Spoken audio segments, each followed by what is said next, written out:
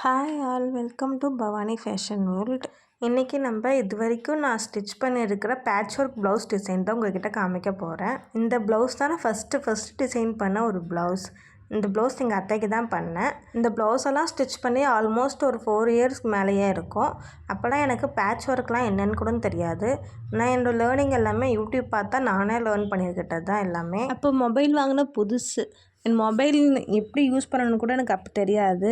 Instagram எப்படி use பண்ணுறது, அதை எப்படி போஸ்ட் போடுறது, எப்படி ரீல்ஸ் போடுறது, எப்படி எடிட் பண்ணுறது, அதெல்லாம் எனக்கு தெரியாது. அப்போ இன்றைக்கி ஒரு ப்ளவுஸ் ஸ்டிச் பண்ணுறேனாக்கா அதை ஃபோட்டோ எடுத்து மட்டும் வச்சுருப்பேன். அந்த ஃபோட்டோ எடுத்து வாட்ஸ்அப்பில் டுடே மை ஒர்க்குன்னு ஒரு ஸ்டேட்டஸ் போடுவேன்.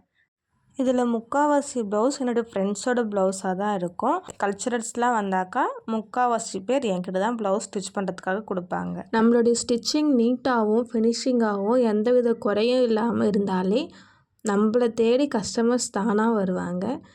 என்னுடைய அனுபவத்தில் ஒன்று சொல்கிறேன். நீங்கள் புதுசாக ஒன்று ஸ்டார்ட் பண்ண போகிறீங்கனாக்கா எடுத்த உடனே ரிலேஷன்லேருந்து ஸ்டார்ட் பண்ணாதீங்க. நான் ஏன் இப்படி சொல்கிறேன்னாக்கா, நான் இருக்கிறது கிராமம். முக்கால்வாசி பேர் எனக்கு ரிலேஷன் தான். இதில் முக்கால்வாசி பேர் எனக்கு அமௌண்ட் அவங்கள்ட்ட எப்படி கேட்கறதுனே தெரியாமல் இருக்கும். அத்தைக்கிட்ட காசு வாங்குவியாடி, மாமா கிட்ட காசு வாங்குவியா, அக்காடி நான் உனக்கு அக்கா கிட்டலாம் காசு வாங்கலாமா, இதெல்லாம் தப்பு, நீலாம் எனக்கு ஃப்ரீயாக ஸ்டிச் பண்ணி தரணும். எல்லாருமே இந்த மாதிரி இருக்க மாட்டாங்க. ஆனால் ஒரு சில பேர் இதேமாரி தான் இருப்பாங்க. ஃப்ரீ ஸ்டிச் கேட்பாங்க, இல்லைனா கடன் சொல்லிட்டு போயிடுவாங்க. அவங்க திரும்ப வரப்போ நான் அவன்கிட்ட கடன் கொடுத்துட்டு போனேண்ணா, நான் அவன்கிட்ட கடனே வாங்கலையே, காசு கொடுத்துட்டேனேன்னு மழுப்புவாங்க.